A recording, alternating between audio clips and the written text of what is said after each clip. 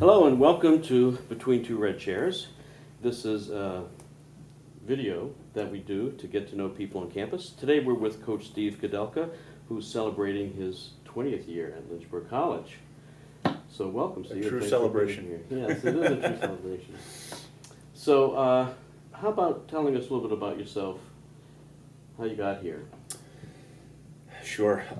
You're asking me to go way back in the memory bank, but I went to Gettysburg College as an undergraduate student, and then stayed there for 3 years to coach, assistant coach, both soccer actually and men's lacrosse, oddly enough. And while getting my master's degree at what was then called Western Maryland College, it is now McDaniel College, and that kind of took me to the summer of 1996, and this job here opened up as a part-time head coaching position for men's lacrosse, and I applied for it, and was fortunate that they offered me the job, and decided to take it and try to run with it as much as I could.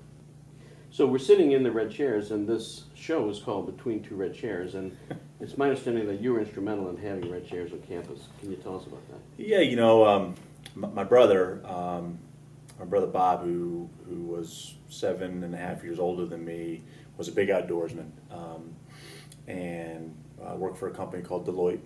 Lived in Dallas, Texas, had a wife, 3 kids, and unfortunately in August of 2008 passed away while being outside and kind of a weird kind of rock climbing and things like that. But and so passed away unfortunately in August of 2008, and so sometime shortly thereafter, Dean Eckhold, I think his wife was out of town, so Amy and I, my wife and I, invited him over for dinner, and we just got to talking, and I threw out this idea of, just walking around campus, there's really no place for anybody to sit down. And there were a couple at the time, kind of concrete, if you might remember those little benches that were in front of McWayne and Freer and Shack, but realistically there was really no place to sit down and take in the campus and what was at that time and still is a beautiful campus. And so we kind of kicked this idea around of with an Adirondack chair, and I kind of thrown that out. That was something that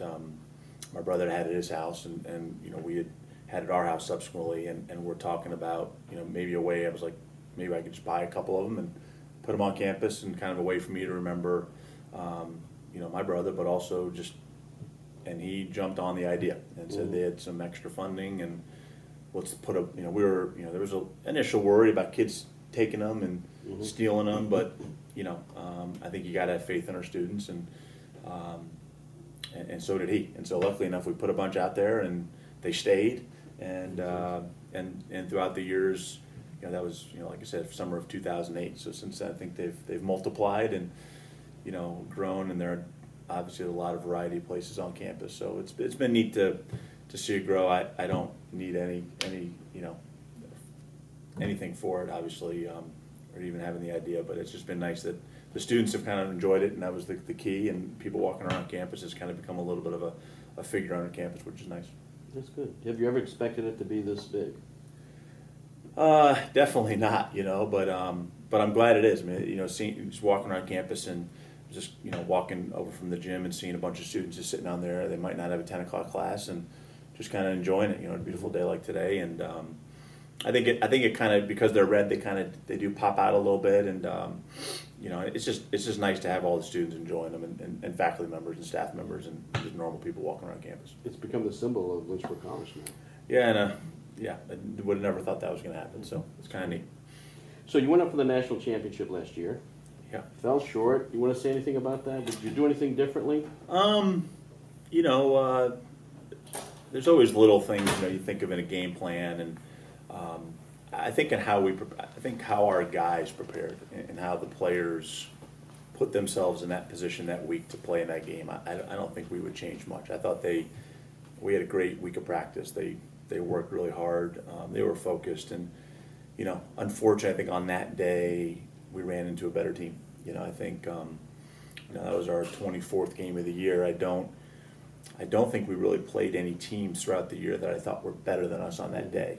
The games we lost, I just didn't think we played as well as we could have. And but on that day, I felt like everything we did, Tufts had an answer to. And I think as our as we kind of left the stadium that day and kind of heading home, I hope that was a big motivational factor for our guys over the summer to kind of, what are things we need to do to get better. So I think, it's been we'll start fall ball here in about 3 weeks, and we'll kind of see where we are. But it was definitely an awesome experience. I think from that standpoint, we weren't really changed much. Okay. How tall are you? 6'5". 6. How tall are you? I'm about 6'4". Okay, that's good. I'm I thought I was only about an inch taller than you all these years. So on a scale of 1 to 10, 10 being best, 1 being worst, how would you rate yourself in bed? I make a great bed. You do? Every morning when we get up, we make sure the bed is made. I try to get my kids to do the same thing. So I think the way I can make my bed is definitely a 9 or a 10. It's not militaristic by any means, but it's pretty good. Well, let's say you make your bed, you have to lie in it. Sure. Yeah, and then with my dog, and we got Bear, and Amy and I usually share it with our dog. Bear's always up there and kind of hanging out as well. How old is Bear now? 4. 4. Coming up on 4. He's 3.5. Oh, okay. That's a new dog. You had another dog. Bama. before. Yeah, Bama passed away. We had to put him down right around Thanksgiving last year. So he was like 13. So he had a great life, and we got Bear to kind of elongate his life a little bit. I don't know if he was more of a pest to Bama than anything else, but he's hanging around. He's taken over pretty well for him. What's Bear's favorite game? Just anytime the lacrosse stick or a lacrosse ball comes out in our house, whether one of the 3 kids grab a stick or I do or even Amy does, he knows it's time to go outside and start playing. So Bear's a lacrosse player. He likes it when the lacrosse sticks come out. That's for sure. Okay, let's say you go to a restaurant and the bill comes to $35. How much would you tip? Probably $5 to $7. $5 or $7. Okay, Yeah. that's good. Yeah, I'm usually a little more generous on that side of that with that in mind. As long as the service has been, Yeah. as long as my wife's happy, then that's all that matters at that time. Okay. Yeah. What questions do you have? Do you have any questions for us? Who's going to be the next person in the red chair? Is there anybody in the Discussion. studio right now? No. There's nobody in the studio. I think it's going to be Charlie Butcher. Okay, that's So- good. So, oh yeah, that would be good. So a lot of IT questions and Yeah. Google questions Google and questions. How do I do this? What size shoe do you have? 11. 11. Yeah. I'm 10 and a half. Okay. So almost.